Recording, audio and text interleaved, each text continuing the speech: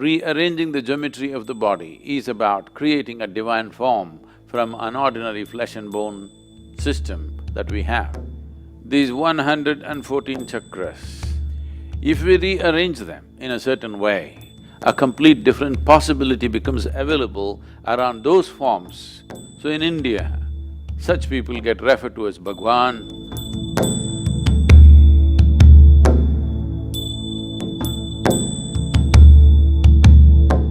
What we refer to as the universe or as cosmos is essentially a complex amalgamation of forms. All these forms, planets, stars, the whole systems, these are all forms. When these forms evolve over a period of time to become efficient forms, seemingly perpetual, they have become seemingly perpetual in our experience because of the perfection of geometry that they have arrived at. It's not something that it suddenly happened. Each one of these forms have evolved over a period of time. Certain forms which evolved beyond a certain point. When I say a certain point, if a form evolves beyond what the human form is competent of doing, then we would refer to that as the divine form, because anything that is above our capability and competence becomes divine in our experience.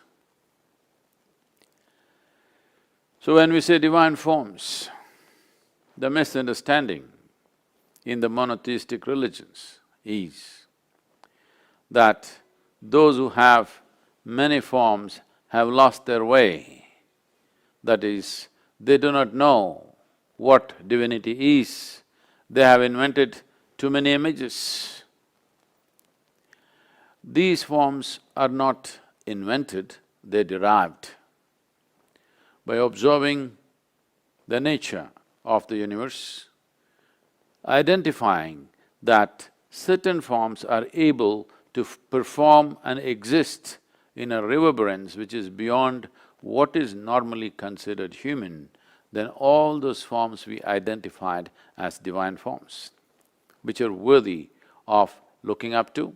Above all, these are forms we have to learn how to use, how to become accessible to these forms which are more competent forms than our own form.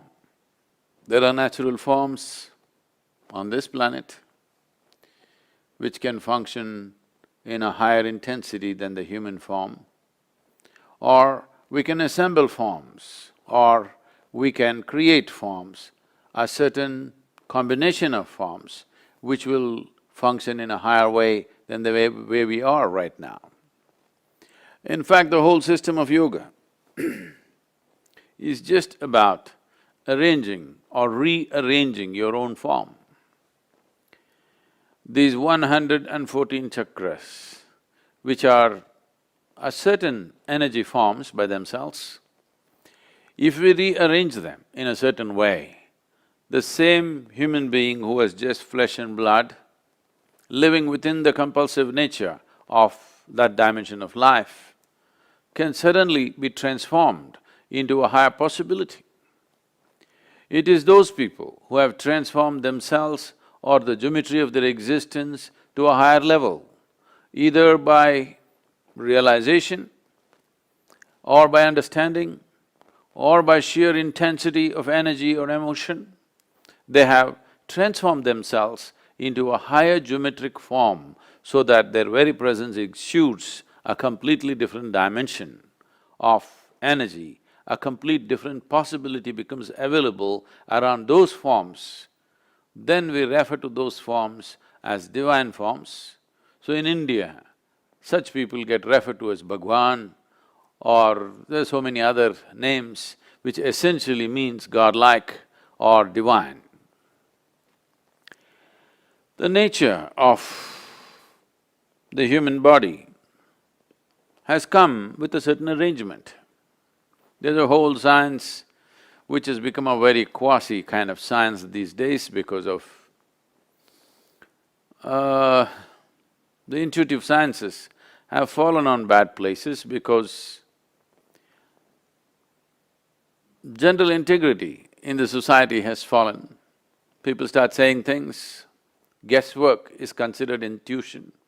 Otherwise, whenever a child is born,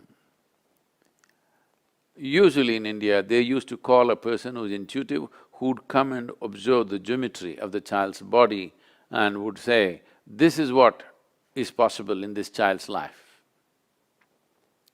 Not by looking at the stars, but simply looking at the geometry of the child's body, the energetic geometry of the child's body.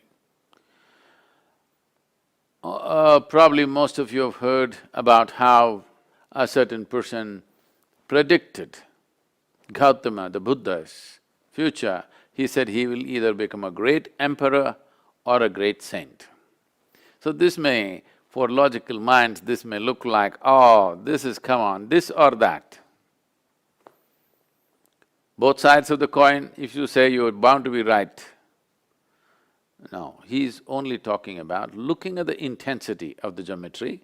He's saying, either in the material world he will achieve great things. Because he's a king's son, he's saying maybe he will become a great emperor.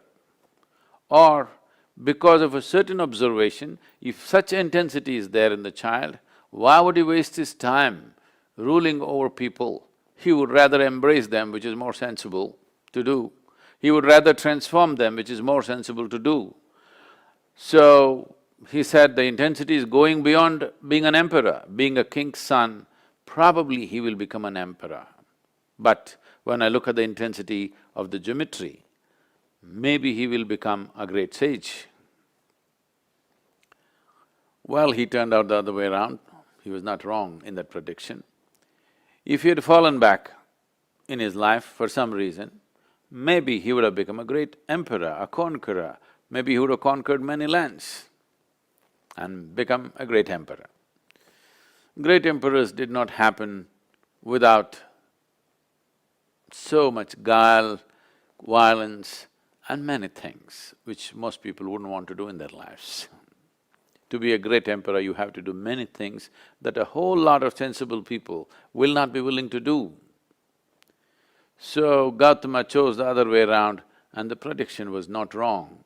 The prediction is he is looking at the seed and this can become a great tree. So the geometry of the body, rearranging the geometry of the body is about creating a divine form from an ordinary flesh and bone system that we have. Is something wrong with flesh and bone? Nothing wrong, it comes with its limitations. It's a compulsive form. Is something wrong me being compulsive? Nothing wrong if you don't appreciate what it means to be free, nothing wrong being compulsive. Is something wrong being a creature on this planet? Nothing wrong. It is just that if you die without exploring the possibility of being something more, human life does not get fulfilled. Every life, from the smallest to the biggest, is aspiring to become a full-fledged life. Because the human being has come with this possibility, which is quite limitless, because of that, people are trying to fix their ambitions and goals in their life. What is a seamless possibility? People are trying to fix it so that they will feel like achievers. If they pass an examination, they feel great. If they get a job, they feel great. If they earn $1 million, they feel great. Some nonsense like this. This is like among the lame people, you're a champion just because you have 2 legs. Human possibility has come with a seamless possibility. There is no way you or me can fix a goal, if I reach this, I'm done. It's a stupid way to culture one's life. If you arrange your inner geometry properly, this becomes a machine to go very far. How far it goes internally is entirely determined by the human being, the individual being. But how far it goes in the world are determined by the times, by the society, the social structures, so many things. You may get knocked down on the way. You may not get crucified, somebody may run you down on Highway 8, you know. So, how far we get in the world are subject to many things. How far we get within ourselves is just a question of arrangement of geometry, understanding, realization, understanding and the competence of being able to arrange it. The whole yogic system, starting from the physical phase of asanas to everything, is essentially to reorganize or to re-engineer our geometry in such a way that it begins to function in a way that you have not imagined possible till now. To live your life beyond your ambitions. The stupid ambitions have come to you because of a limited society in which you're living. Based on that, if you are a little one step ahead of your neighbor, your ambitions are realized. No, no, no, I'm not just thinking about this, I want to be the richest man in United States. It is still among the lame. Among the lame you're a champion, that's all. So, a seamless possibility need not be encapsulated into something silly based on the circumstances in which we are living right now.